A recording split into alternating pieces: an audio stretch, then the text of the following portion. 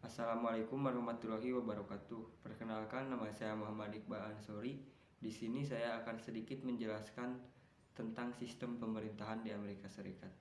Amerika Serikat merupakan sebuah negara serikat atau federal berbentuk republik beribu kota di Washington DC yang mempunyai 50 negara bagian.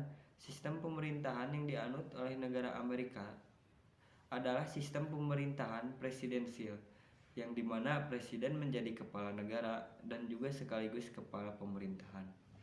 Terdapat pemisahan kekuasaan yang jelas antara legislatif, eksekutif, dan yudikatif yang dinamakan separation of power theory, yang berasal dari ajaran trias politika yang membedakan kekuasaan dalam suatu negara dipisahkan menjadi 3 cabang kekuasaan.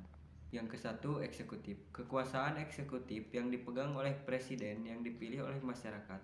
Presiden menduduki jabatan sebagai kepala pemerintahan dan kepala negara. Presiden dan wakil presiden dipilih melalui pemilihan umum, jadi tidak memberikan pertanggungjawaban kepada Kongres. Namun jika presiden dinyatakan melakukan pelanggaran berat dan kejahatan, yaitu kegiatan melawan negara atau hukum seperti membunuh, korupsi besar, pengkhianatan, maka presiden dapat dipecat atau dimakzulkan.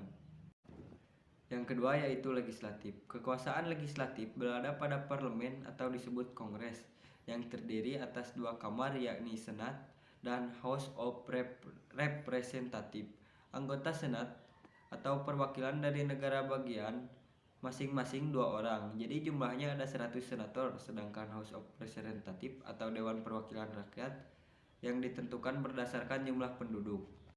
Dan yang ketiga yaitu yudikatif. Kekuasaan yudikatif ada di tangan Mahkamah Agung yang bebas dan merdeka dan tidak dipengaruhi oleh kekuasaan yang lainnya.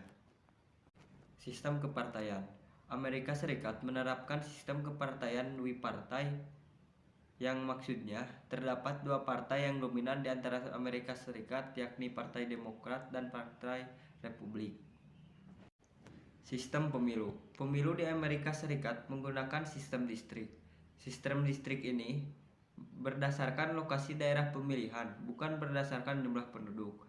Jadi dari semua calon hanya akan ada satu pemenang. Dengan begitu, daerah yang sedikit penduduknya memiliki wakil yang sama dengan daerah yang banyak penduduknya. Dan tentu saja banyak suara terbuang, karena wakil yang akan dipilih adalah orangnya langsung. Maka pemilih bisa akrab dengan wakilnya. Kelebihan pemilu sistem distrik ini yaitu yang ke-1, perpecahan partai dan pembentukan partai baru bisa dihambat, bahkan bisa mendorong penyederhanaan partai secara natural. Yang kedua, distrik adalah daerah kecil, karena itu wakil terpilih kemungkinan akan dikenali dengan baik oleh komunitasnya dan hubungannya dengan pemilihnya menjadi lebih dekat. Dan yang ketiga, untuk partai besar lebih gampang untuk memperoleh kedudukan mayoritas di parlemen. Dan yang terakhir, jumlah partai yang terbatas menyebabkan stabilitas politik mudah tercapai.